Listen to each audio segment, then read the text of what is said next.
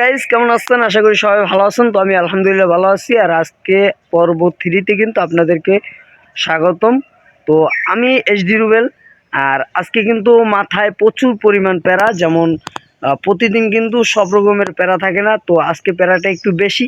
তো গতকালকের একটা প্যারা আছে, যেটা হলো আমি মেশিন নিয়ে আসছিলাম যে কিছু ধান মলবো, তো ধান মলা হয়নি, তো ধান মলতে পারিনি সময়ের কারণে, আর একটু প্রবলেম ছিল, তো এই কারণে কিন্তু পারিনি। তো আজকে ধান মলতে যাব, তো মেশিনটা একটা বাড়ির ভিতরে ঢুকিয়ে রাখছিলাম, তো ওইখান থেকে মেশিনটা এখন নিব। আর নেওয়ার পরে কিন্তু ধান মলতে যাব। তো আগে মেশিনের কাছে যাই। গতকালকে আসলে এই বাড়ির ভিতরে মেশিনটা রেখে গেছিলাম, আসলে কাউকে পাইনি, আর না পাওয়ার কারণে কাউকে বইলে যাইতে পারিনি। এই বাড়ির ভিতরে কিন্তু মেশিনটা রেখে গেছিলাম, আর রাস্তার পাশেই এই বাড়ির ভিতরে মেশিনটা রেখে গেছিলাম। আর এখন মেশিনটা বাইর করবো, বাইর করে আগে ধানের কাছে নিয়ে যাব। তো মেশিনটা টাইনে নিতে আসি, আর সকালবেলা তো শরীরটাও গরম হয়ে যাবে, আরে তো এই কারণে মেশিনটা বাইর করে টান শুরু করলাম। তো যাইতে আরো 4-5 মিনিট লাগবে। ধানের কাছে চলে যাইছি, এই ধান কাটা মলতে হবে। আর এখন প্রায় 8টা বাজে গেছে, তো মেশিন নিয়ে আইছি।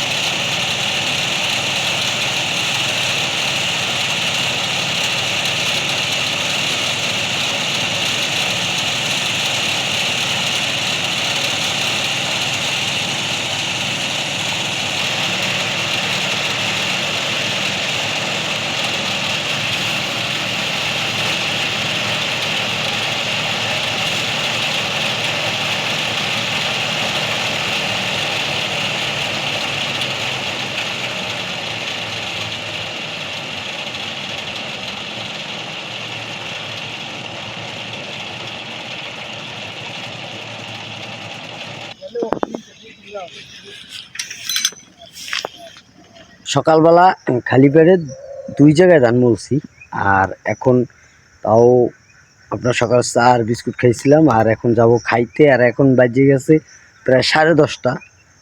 তো আজকে আর ধান মলবো না, আজকের জন্য মেশিন এইখানে রেখে গেলাম।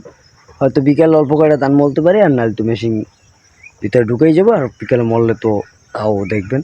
তো এখন আগে খাওয়া দাওয়া করতে হবে, কারণ পেটে অনেক খিদে লাগবে। তো আজকে খাবারের আইটেমটা কিন্তু খুবই ভালো, টাকি মাছ ঝোল, যেটাই সেই যে টাকি মাছ ঝোল। তো এটা কিন্তু এর দিয়ে কিন্তু ভাত খেতে খুবই ভালো লাগে।